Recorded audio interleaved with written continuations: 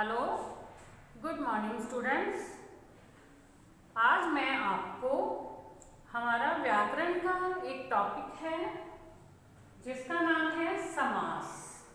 तो समास के बारे में समझा रही हूँ। समास किसे कहते हैं, समास की परिभाषा क्या है, समास के कितने भेद हैं और कैसे यह पेपर आपके एग्जाम में आता है, यानी फाइनल एग्जाम जब होंगे 9th में 10th में। ये टॉपिक तो किसी भी क्लास में रखा जा सकता है, तो 10th में यदि ये आता है तो इस किस तरह से ये आता है ये मैं आज आपको समझाऊंगी। तो सबसे पहले हम लेते हैं भी समास शब्द का अर्थ क्या है। समास शब्द का अर्थ है पास रखना या छोटा करना। क्या अर्थ है? पास रखना या छोटा करना। अब जैसे उदाहरण के लिए दिया ही है ये मैंने राजमहल। अब देखो ये है राजमहल, ये दोनों शब्द जो हैं पास में कर दिए हैं, ठीक है, इसलिए ये राजमहल बन गया। वैसे ये दो हो जाते हैं, राज ये पूर्व पद हो गया, जैसे पूर्व पद, और ये महल ये उत्तर पद हो गया। और यदि हम इसका विग्रह करते हैं तो राजा का महल, तो राजा का महल उसको जो है संपूर्ण पद बना दिया, यानी तो बन गया राजमहल, ठीक है। तो ये छोटा हो गया ना, इन दोनों शब्दों को पास पास कर दिया, यानी छोटा कर दिया। राजा का महल उसको बोल देते हैं हम राजमहल, संक्षेप में बोला राजमहल, ठीक है। अब आते हैं कि दो से अधिक शब्दों के मिलने पर ही समासिक शब्दों का निर्माण होता है। दो शब्द मिलेंगे तभी जो है वो समास बनेगा, वैसे नहीं होगा। जैसे गंगा जल आया ना, आपको बताया गया गंगा जल, गंगा का जल। अब इसी तरह से हम लेते हैं घुड़सवार। घुड़सवार, इसमें देखो इसमें भी दो शब्द हैं। अब ये गुड़ नहीं लेना, ये गुड़ का मतलब यहाँ पे क्या आएगा, यानी घोड़ा। घोड़ा शब्द आ गया, दूसरा सवार, ये दो शब्द आ गए। अब दोनों को हमने पास कर दिया, ठीक है, मिला दिया आपस में, बन गया घुड़सवार। और यदि हम इसका विग्रह करते हैं तब ये अब क्या आ जाएगा, घोड़े पर सवार। घोड़े पर सवार। अब आप करते हो ना, फिर इसको घोड़सवार नहीं बोलेंगे, घोड़े पर सवार, घोड़सवार ऐसे नहीं, क्योंकि आप बच्चे जब घुड़सवारी करते हो तो आप भी करते हो घुड़सवारी करनी, ये तो नहीं कभी कहते कि घोड़सवारी करनी है ना। तो ये आ जाएगा आपका घुड़सवार, यानी घोड़े पर सवार। तो अब फिर तीसरा समास की परिभाषा जब हम देखते हैं तो क्या लिखेंगे। समास वह शब्द रचना है जिसमें अर्थ की दृष्टि से परस्पर संबंध रखने वाले दो या दो से अधिक शब्द किसी स्वतंत्र शब्द की रचना करते हैं, ठीक है। फिर उससे जो है हम समास कहते हैं। लेकिन ये परिभाषा केवल समझने के लिए होती है, परिभाषा कभी भी एग्जाम में नहीं पूछी जाती। परीक्षा में कभी ये नहीं आता कि समास की परिभाषा लिखिए, कभी भी नहीं आता ये प्रश्न। उसमें सिर्फ आपको शब्द ही दिए जाते हैं, समास विग्रह करके समास भेद लिखिए या समस्त पद बनाइए समास का, बस इस तरह से आते हैं। अब है समासिक शब्द में प्राय दो पद होते हैं। दो पद होते हैं, एक होता है पूर्व पद, दूसरा होता है उत्तर पद। अब हम कहें विश्राम गृह। विश्राम गृह, तो इसमें पूर्व यानी पहले जो पद आया है वो कौन सा है, विश्राम, और जो दूसरा आया है उत्तर पद यानी वो कौन सा है, गृह। तो विश्राम गृह। अब यदि हम इसका विग्रह कर देते हैं तो बन जाएगा विश्राम के लिए गृह, यानी विश्राम के लिए घर। तो ये इसका विग्रह हो जाएगा, और ये इसका समस्त पद है, और ये इसके दोनों जो है हमने अलग अलग पद किए हैं। अब दोनों को यदि इकट्ठा कर दिया, पास पास कर दिया, तो विश्राम गृह बन गया, ये इसका संक्षिप्त रूप हो गया, विश्राम के लिए गृह का। ठीक है, और फिर इसके बाद समास प्रक्रिया से बने पद को समस्त पद कहते हैं। अब समस्त पद, अब मान लो ये शब्द लिखा हुआ है हाथ के लिए कड़ी, अब इसका हमें समस्त पद बनाना है, तो समस्त पद इसका क्या बन जाएगा? अब इसमें जो जितनी विभक्तियां दी गई हैं बीच में उनका लोप हो जाएगा ये दोनों का। ठीक है, और बन जाएगा हथकड़ी। हथकड़ी जो होता है वो होता है हाथ के लिए कड़ी। तो ये तो इसका विग्रह किया गया था समास का, और ये हथकड़ी जो है ये इसका समस्त पद हो गया है। तो अब आगे है समस्त पदों को अलग करने की प्रक्रिया को समास विग्रह कहते हैं। ये वो अलग कर दिया था तो समास विग्रह हो गया, उनको इकट्ठा जोड़ दिए, बीच में से शब्द को निकाल दिए जो, तो वो फिर जो है समस्त पद बन गया। अब जैसे हम कहते हैं गंगा जल या कुछ भी हमें लेते हैं तो उसमें पूर्व पद कौन सा है? जैसे पूर्व पद आ गया गंगा, और जो जल है वो उसका उत्तर पद हो गया, दूसरा हो गया, और इसका विग्रह क्या करेंगे? गंगा का जल, और समस्त पद बना हुआ था गंगा जल। अब आ जाता है कि समास के भेद कितने हैं। तो समास के भेद हैं 6, यानी समास के 6 भेद हैं। कई जगह पर आप पढ़ोगे आपको समास के 5 भेद भी लिखे हुए मिलेंगे। उसका कारण ये है कि कर्मधारय समास जो है कई बार इसको तत्पुरुष समास में दे दिया जाता है। तत्पुरुष समास का एक भेद बना दिया जाता है, दिया तो होगा कर्मधारय समास, लेकिन वो तत्पुरुष में दे दिया जाता है, तो फिर समास के 5 भेद रह जाते हैं। और वैसे ही समास के हम 6 भेद कह रहे हैं। पहला है अव्ययी भाव समास, नंबर 2 पे आता है तत्पुरुष समास, कर्मधारय समास, द्विगु समास, बहुव्रीहि समास और द्वंद्व समास। ये 6 भेद समास के दिए गए हैं। तो अब हम करते हैं, सबसे पहले आता है अव्ययी भाव समास। इसमें क्या होता है? अव्ययी भाव समास में पहला पद प्रधान होता है, इसमें पहले पद की प्रधानता होती है। ठीक है, और बाकी समस्त पद होता है वो भी जो है अव्ययी होता है, यानी पूरा उसका भी जो हम विग्रह कर सकते हैं। यदि हम पहला पद नहीं लगाएंगे तो हम उस समास का विग्रह नहीं कर पाएंगे, इसलिए ये पहले पद की प्रधानता होती है। इसमें भी पहला पद यदि छोड़ दिया तो जो शब्द आएगा उसको हम विग्रह नहीं कर पाएंगे। ठीक है, वो समस्त पद ही रह जाएगा, वो समस्त पद भी क्या रह जाएगा? बस एक पद ही रह जाएगा। अब हम कहते हैं यथा रूप। देखो पहला पद प्रधान लिया हमने लिखा यथा रूप। अब इसको हमने, ये समस्त पद है यथा रूप, इसका हमने विग्रह करना है। ठीक है, तो विग्रह क्या होगा इसका? रूप के अनुसार, रूप के अनुसार। ठीक है, ये इसका विग्रह हो गया। और ये समास कौन सा हो गया?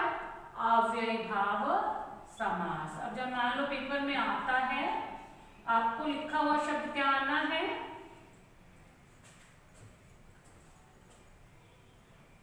अव्ययी भाव समास। अब आपको पेपर में जो शब्द आएगा वो पता कैसे आएगा? आपको शब्द दे दिया यथारूप। ठीक है, इसका आपने लिखा समास विग्रह करके समास भेद लिखिए। तो यथारूप शब्द दिया हुआ है, इसका आपने समास विग्रह करना है, रूप के अनुसार, फिर समास लिख देना है अव्ययी भाव समास। तो ये आपका 1 नंबर का हो जाता है। 4 नंबर का समास आता है और फिर ऐसे ही लिखना होता है। और यदि आपको दे दिया गया है कि रूप के अनुसार, ठीक है, समस्त पद बना करके समास भेद लिखिए, अब रूप के अनुसार दिया हुआ है तो इसका समस्त पद क्या बनाओगे, यथारूप, और समास का भेद क्या लिखोगे, अव्ययीभाव समास। अब इस समास के कुछ और उदाहरण भी देखो, और यदि हम इसमें यथा नहीं लिखते, पहला पद हम छोड़ देते हैं, इसकी प्रधानता है ना, इसी के कारण तो हम विग्रह कर पा रहे हैं। खाली रूप है, रूप का हम कोई विग्रह नहीं कर पाएंगे, या रूप के साथ कुछ ऐसा शब्द लगाएं जिसका कि हम विग्रह नहीं कर पाए, तो फिर वो जो अव्ययीभाव समास नहीं होगा। अब इसी तरह से आ जाता है आजन्म, आजन्म। अब देखो आजन्म, इसमें आ पहला जो है पद है, प्रथम पद, और जन्म जो है ये उत्तर पद है, ये पूर्व पद है, ये उत्तर पद है। अब आ लगाया है तो हम इसका विग्रह कर पाएंगे, जन्म से लेकर। अब इसमें देखो आ जन्म, जन्म से लेकर, और अव्ययीभाव समास, ठीक है। अब हम लिखते हैं आमरण। अब आमरण में आया तो आगे आ ही है, लेकिन मरण से लेकर के नहीं होगा, वो होता है मरने तक, आमरण, मरने तक। फिर ये भी कौन सा समास हुआ, अव्ययीभाव समास हो गया। अब हम लिख देते हैं इसी में ही आजीवन। अब इसमें भी आपके आगे तो आ ही आया ना, आजीवन। अब इसका हम विग्रह करेंगे जीवन भर, ठीक है। अब देखो तीनों शब्दों में आ आया है, तीनों समास जो ये अव्ययीभाव है। आजन्म, इसका विग्रह हमने किया आजन्म से लेकर, आमरण यानी मरने तक, आजीवन जीवन भर। तो इस तरह से हम इसका विग्रह करेंगे, फिर जो है उसका भेद लिखेंगे हम। विग्रह करने के बाद समास का भेद लिखना है। अब फिर आ जाता है, अब हम करते हैं यथा समय। अब ये यथा रूप दिया था, रूप के अनुसार, तो यथा समय यानी समय के अनुसार, ठीक है। फिर यथा सामर्थ्य, सामर्थ्य के अनुसार। अब आ जाता है यथा विधि, विधि के अनुसार, यथा शक्ति, शक्ति के अनुसार, यथा संभव। अब इसमें देखो यथा संभव, अब ये यथा संभव, अब ये संभव के अनुसार तो नहीं आएगा, संभव के अनुसार तो कोई शब्द है नहीं, बनने नहीं रहा ना, ठीक। तो हम कहें जैसा संभव हो, इसमें क्या विग्रह होगा, जैसा संभव हो। तो ये भी कौन सा समास हुआ, अव्ययीभाव समास। अब अव्ययीभाव समास के और भी उदाहरण हैं, जैसे हाथों हाथ, हाथ ही हाथ में, बेनकाब बिना नकाब के, बेखटके बिना खटके के, निर्भय बिना डर के, सपरिवार परिवार के साथ। अब इसमें दो शब्द जो आ रहे हैं, सपरिवार, स ये प्रथम पद हो गया, परिवार जो है वो दूसरा हो गया, यानी पूर्व पद और उत्तर पद हो गया। तो सपरिवार, परिवार के साथ। तो ये थे आपके अव्ययीभाव समास के उदाहरण। और अब आपको पता चल गया होगा कि अव्ययीभाव समास में पहला पद प्रधान होता है, यानी पहले पद की प्रधानता होती है, वहां पर अव्ययीभाव समास होता है, ठीक है। अब शब्द पता चल ही गया आपको कौन कौन से आते हैं, यथा वाले ज्यादा होंगे, आजीवन, आमरण, ठीक है, अनावश्यक, सपरिवार, यथा सामर्थ्य, प्रतिवर्ष, बेरोजगार, ये सब शब्द जो हैं अव्ययीभाव समास में आते हैं। अब दूसरा आ जाता है हमारा जो समास का भेद है, वो है तत्पुरुष समास। इसमें क्या होता है, पहले पद को छोड़ के दूसरा पद प्रधान होता है, यानी दूसरे पद की प्रधानता होती है।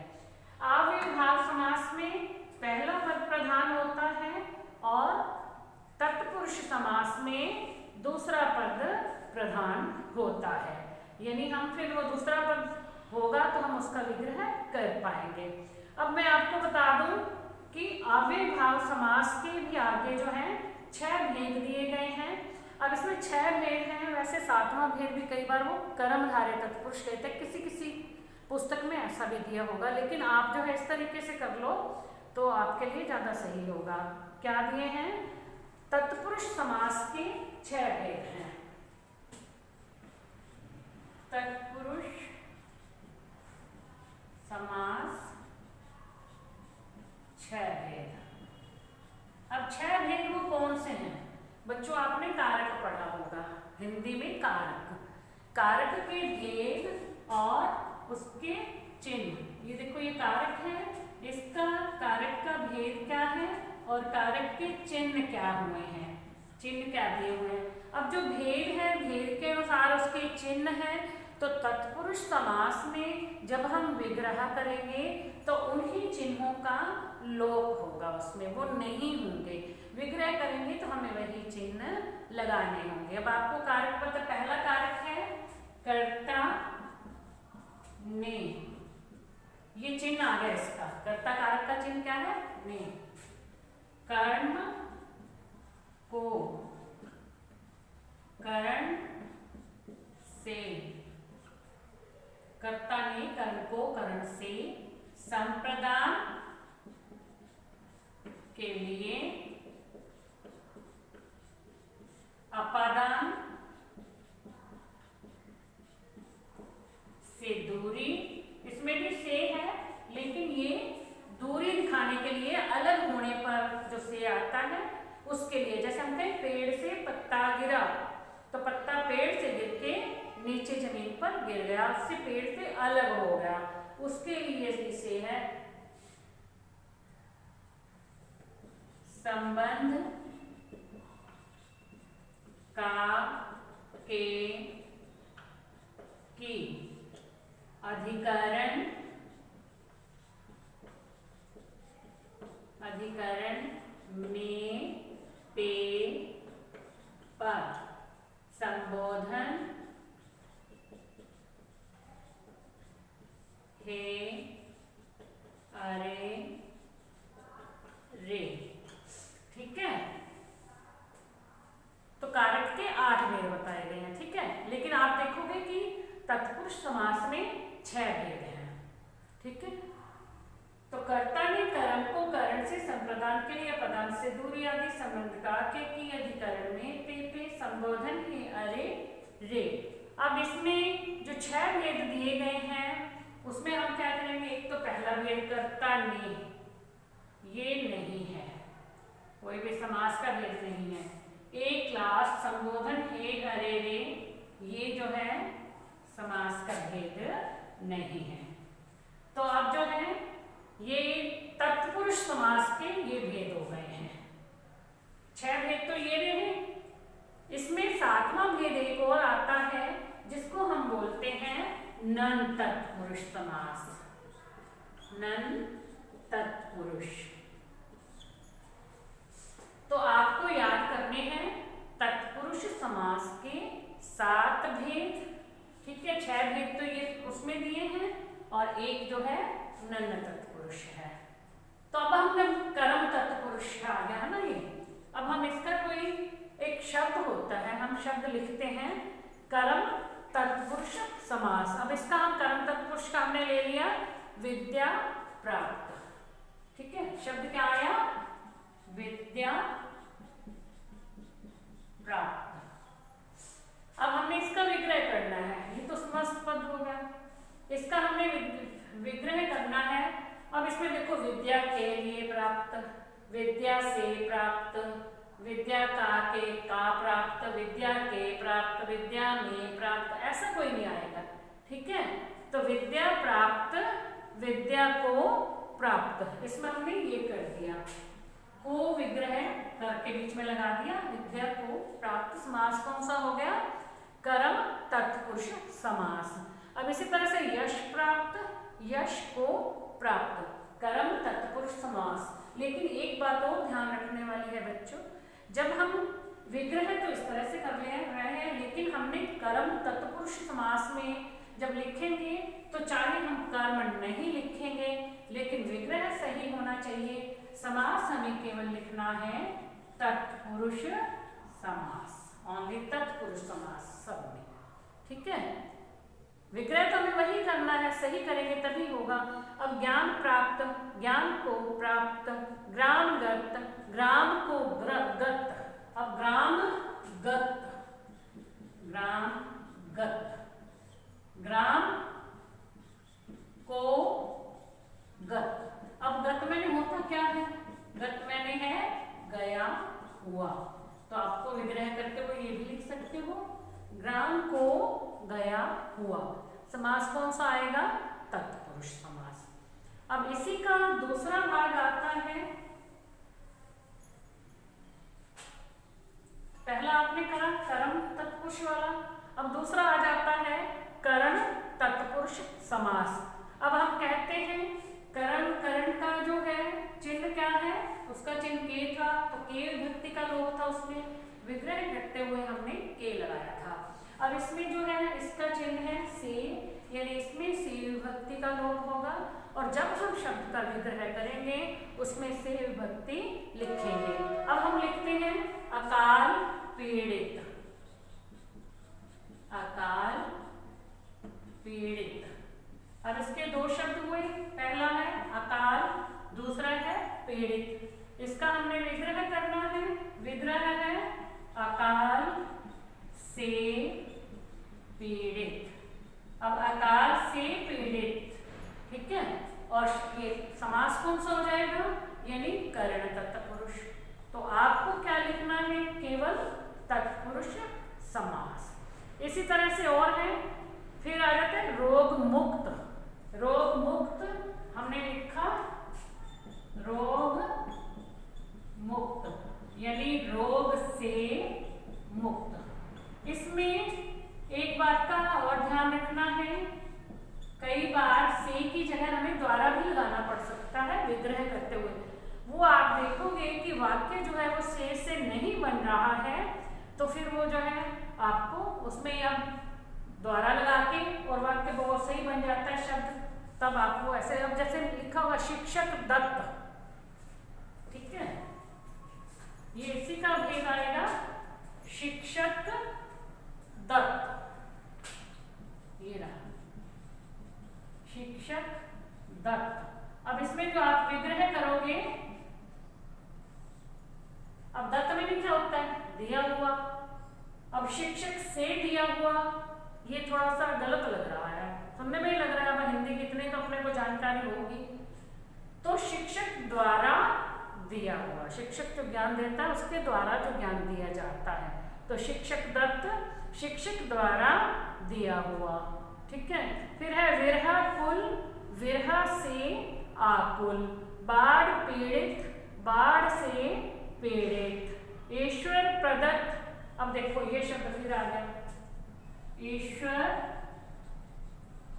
प्रदत्त, प्रदत्त हुई, ईश्वर अलग शब्द है, प्रदत्त अलग है, प्रदत्त मतलब दिया हुआ, फिर ईश्वर द्वारा दिया हुआ, ठीक है, ईश्वर द्वारा प्रदत्त, ईश्वर द्वारा दिया गया, ठीक।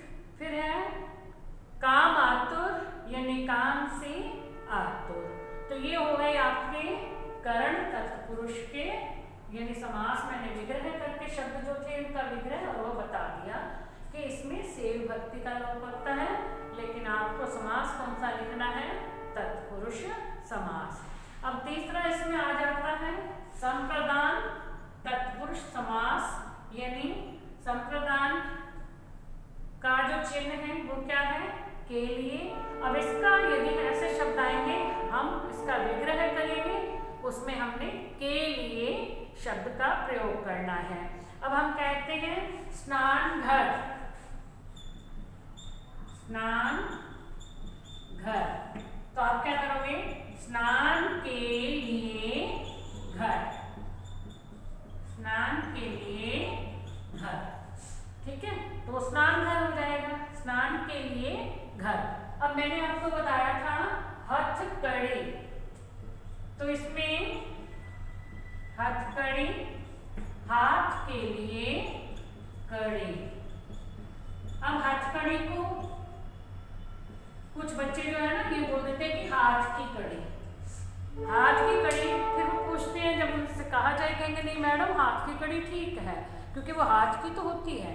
अब हम कहें देखो हाथ कड़ी है यदि, तो हाथ को मोड़ के बनाई जाएगी। लोहे की कड़ी भी बन सकती है, ठीक है, अब पीतल की भी बन सकती है, कुछ भी कोई धातु हो उसकी कड़ी बन सकती है, उसको मोड़ तोड़ के इसका कड़ा बना देते हैं, वो होता है। लेकिन हाथ का कभी भी कड़ा नहीं बनेगा, हाथ के लिए बनाया जाता है, इसीलिए उसको हथकड़ी बोलते हैं, हाथ के लिए कड़ी, ठीक है। तो ये कौन सा समास हो गया? संप्रदान। अब संप्रदान तत्पुरुष समास, तो आपको लिखना है तत्पुरुष समास। अब इसके भी बहुत से भेद हैं। मनोरंजन स्थल, मनोरंजन के लिए स्थल, आराम कुर्सी, आराम के लिए कुर्सी, देशभक्ति, देश के लिए भक्ति, यज्ञशाला, यज्ञ के लिए शाला, सत्याग्रह, सत्य के लिए आग्रह, दान पेटी, दान के लिए पेटी, राह खर्च, राह के लिए खर्च, प्रयोगशाला, प्रयोग के लिए शाला, ठीक है। फिर आ जाता है इसके बाद आपका इसी का ही यानी तत्पुरुष समास का अगला भेद जो है वो है अपादान तत्पुरुष। इसमें भी सेव विभक्ति का लोप होगा, लेकिन वो अलग होने के लिए या दूर होने के लिए जो है वो आ जाता है। अब हम कहते हैं सेवा मुक्त, देखो हमने लिखा सेवा मुक्त, तो इसका हमने विग्रह क्या किया? सेवा से मुक्त। अब सेव विभक्ति है इसमें, यानी पहले व्यक्ति जो सेवा कर रहा था अब वो है उससे मुक्त हो गया, वो उस काम से अलग हो गया।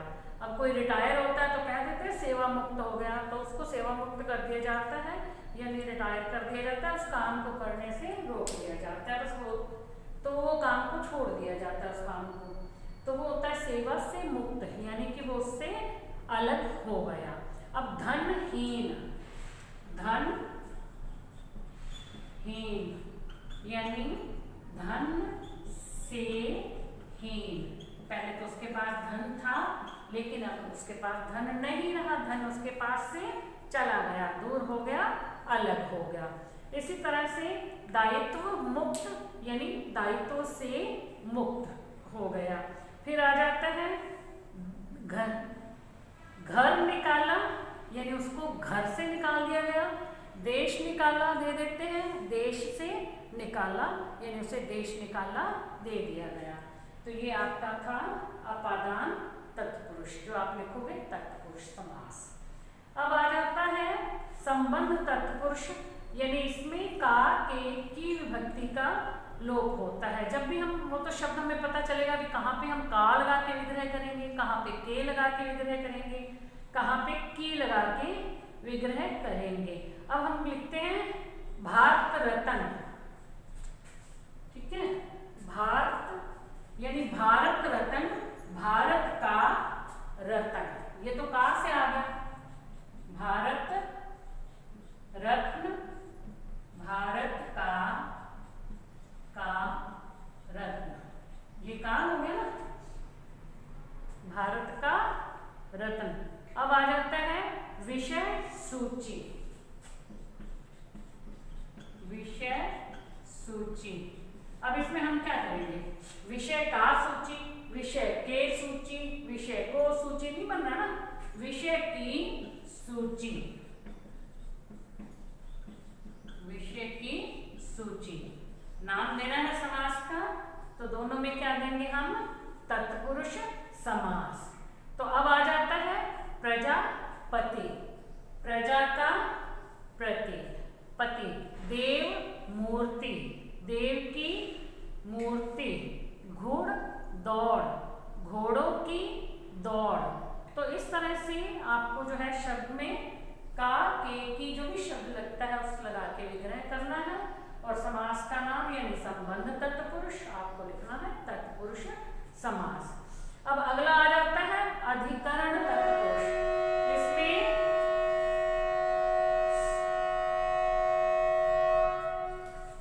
तो अधिकरण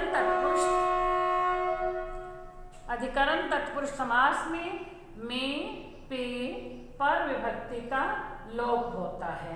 अब जैसे हम कहें जलमग्न, जलमग्न, जल में मग्न, क्या बनेगा इसका? जल में मग्न। ठीक है, समास कौन सा होगा ये? तत्पुरुष समास। दूसरा आ जाता है बिहार वासी, यानी बिहार का वासी। अब उसका संबंध किससे आ गया? बिहार से आ गया। उद्योगपति, उद्योग का पति, उसका संबंध उद्योग से है। ठीक है, तो इस तरह से अब हमें जो है संबंध तत्पुरुष भी आ गया। अगला अब हम लेते हैं अधिकरण तत्पुरुष। अधिकरण में पे पर, मैं आपको अधिकरण ही समझा रही थी, शायद बीच में संबंध का आ गया। ट्रेन आई, ट्रेन की आवाज चुप हुई, उसमें भूल गए। तो ठीक है, अधिकरण में पे पर, तो जलमग्न समझाया था मैंने, जैसे जल में मग्न, क्योंकि में पे पर है ना उसका। फिर आ जाता है लोकप्रिय, लोगों में प्रिय। ठीक है, फिर आ जाता है साहित्य श्रेष्ठ, साहित्य में श्रेष्ठ। विचार निमग्न, विचार में निमग्न। डिब्बा बंद, डिब्बे में बंद। ध्यान मग्न, ध्यान में मग्न। घुड़सवार, घोड़े पर सवार। विदेशवासी, विदेश में वासी, यानी विदेश में रहने वाला। फिर आ जाता है ज्ञान में, ज्ञान में भी। सिर दर्द, सिर में दर्द। रण कौशल, रण में कौशल, यानी कुशल जो होता है, युद्ध करने की कला में निपुण जो होता है। अब अगला एक और जो भेद आ रहा है वो मैंने आपको बताया ना, नन्न तत्पुरुष। अब नन्न तत्पुरुष जो भेद है, इसमें जो पहला पद जो है वो नकारात्मकता दिखाता है।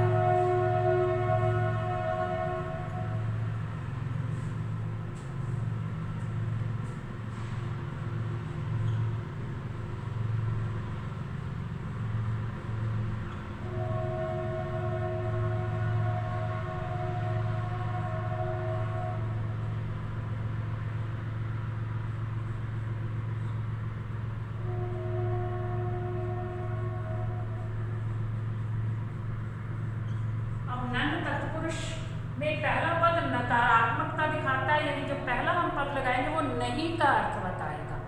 ठीक है, अब हम कहते हैं अजर, अजर, पहला पद अ है, दूसरा जर, जर मैंने होता है बुढ़ापा। अजर यानी न बुढ़ापा, जिसको बुढ़ापा ना आए। अमर यानी जो न मरे, जिसकी मृत्यु ना हो।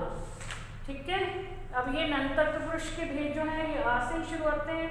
और कई बार हम कहते हैं शब्द है सरस, रस सहित। अब नीरस, जिसमें रस ना हो, यानी रस रहित। ठीक है, निरोग, जिसे कोई रोग ना हो। अभागा, नहीं भाग्य जिसका, यानी जिसका कोई भाग्य ही नहीं है। ठीक है, फिर है अनंत, न अंत, जिसका कोई अंत नहीं हो। नकारात्मकता दिखाता है पहला शब्द, वो होता है नन्न तत्पुरुष। तो इसमें भी आपको तत्पुरुष समास ही लिखना है।